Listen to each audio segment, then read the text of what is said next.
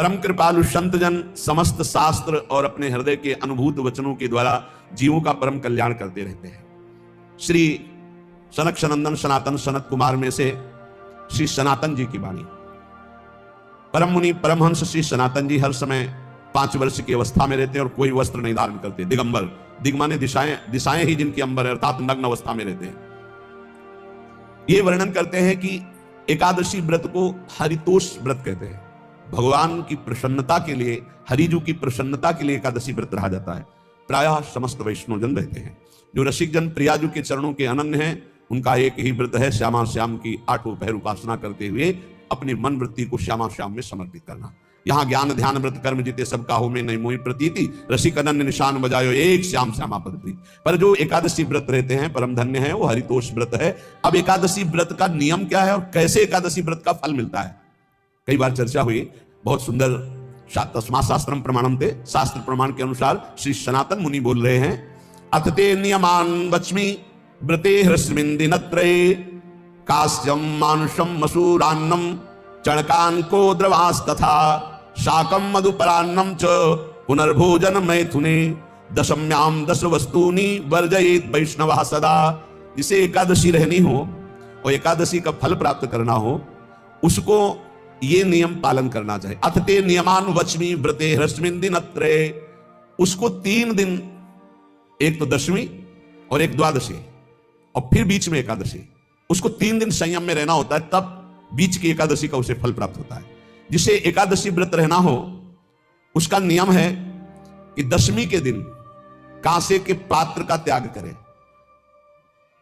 वैष्णव सिद्धांत है कि कभी जिसमें मांस बना उस रसोई का भोजन न ग्रहण करें। मसूर की दाल, चना की दाल, कोदों और कोई भी शाक, शहद, दूसरों का अन्न, दोबारा भोजन और मैथुन, ये दशमी के दिन त्याग दे। एक बार दशमी के दिन भोजन करे 24 घंटे में, क्योंकि एकादशी रहना है। कांसे का पात्र, जिस रसोई में मांस बना उसके भोजन का त्याग, मसूर की दाल, चना, कोदो, शाक, मधु अर्थात शहद और दूसरे के द्वारा दिया हुआ भोजन और दोबारा भोजन और मैथुन क्रिया, इनका दशमी के दिन कभी भी प्रयोग ना करें। इन 10 वस्तुओं से वैष्णव दूर रहे दशमी के दिन। फिर एकादशी के व्रत में, ये पीछे तो हम वर्णन कर ही चुके हैं, कहीं नहीं आया यहाँ कुटू का वो कचौड़ी पकौड़ी और सिंघाड़ा का हलवा और सब ये दुनिया के खीर और सब। एकादशी के दिन किसी भी तरह की गेम आदि क्रीड़ा ना खेलें। जैसे अब आज व्रत है तो बैठे हैं अपना मोबाइल में गेम खेल रहे हैं, ऐसा कोई भी क्रीड़ा नहीं। द्वित क्रीड़ा, किसी भी तरह का गेम, ये सब खेल नहीं।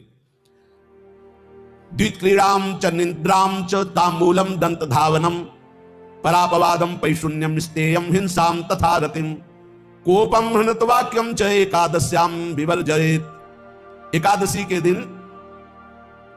उपासक को चाहिए कि वो किसी भी तरह की क्रीड़ा, मनोरंजन बिल्कुल नहीं। चनिद्राम, नींद नहीं लेनी उसको, न दिन में न रात में, एकादशी व्रत। और प्रायः पुराने महापुरुषों ने ऐसा किया है। रामदास जी डाकोर के रात में जाते थे, रणछोड़ भगवान के यहाँ कीर्तन करते थे जाकर। तभी तो भगवान उनके कीर्तन पर, उनकी भक्ति पर रीछ कर गाड़ी में बैठकर उनके साथ आए थे। पूरी रात जगकर कीर्तन करना और दिन में तो सोना ही निषेध है। द्वित क्रीड़ाम च निद्राम च तांबूलम, पान खाना निषेध है एकादशी को, बिल्कुल नहीं, जो व्रत रह रहे हैं। और दंत धावनम, वृक्ष से तोड़कर जो दतून की जाती है एकादशी के दिन नहीं। परापवादम, दूसरे की निंदा करना, चर्चा करना नहीं, अर्थात अधिकतर मौन व्रत धारण करे एकादशी के दिन। पैशून्यम, चुगली करना। स्तेयम, कोई चोरी करना। हिंसाम, वाणी से, शरीर से, मन से किसी को दुख पहुंचाना। रतिम अर्थात भोग करना, मैथुन करना। कोपम, किसी के ऊपर गुस्सा करना। अनत वाक्यम, झूठ बोलना। एकादश्याम विवर्जयेत, एकादशी के दिन ये नहीं करना चाहिए।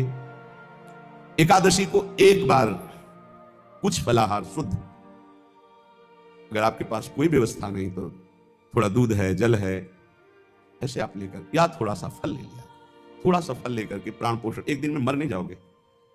कितने तो निर्जला एकादशी रहते हैं, हर एकादशी निर्जला। पूज्य श्री मथुरा दास जी निर्जला ही रहते थे हर एकादशी। चलो भैया आपकी सामर्थ्य नहीं तो जल 2-4 बार ले लो, एक बार थोड़ा सा दूध और फल ले लो, चल जाएगा काम, प्राणों का पोषण हो जाएगा।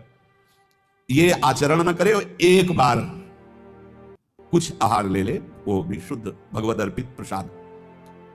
फिर द्वादशी को काश्यम मानुषम सुराम छौद्रम तैलम वितथ भाषणम व्यायामम च प्रवासम च पुनर्भोजन मैथुने अस्पृश्य स्पर्श मासूरे द्वादश्याम द्वादश त्यजेत।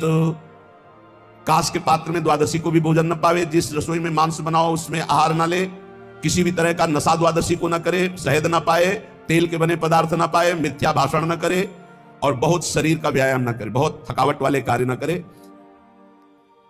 दोबारा भोजन न करे, एक बार द्वादशी को भी भोजन पवित्र, मैथुन न करे, जिसका स्पर्श नहीं किया जाता है, ऐसे पदार्थों का स्पर्श न करे, और मसूर की दाल न खाए।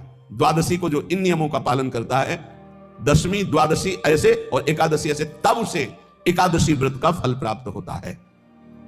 जो इस पद्धति से ये जो मनमानी है सब नहीं, हर पदार्थ मिल जाएगा आपको फलाहार में, हर पदार्थ हमको बताया गया कि आपको जो चाहो सब पदार्थ फलाहार का।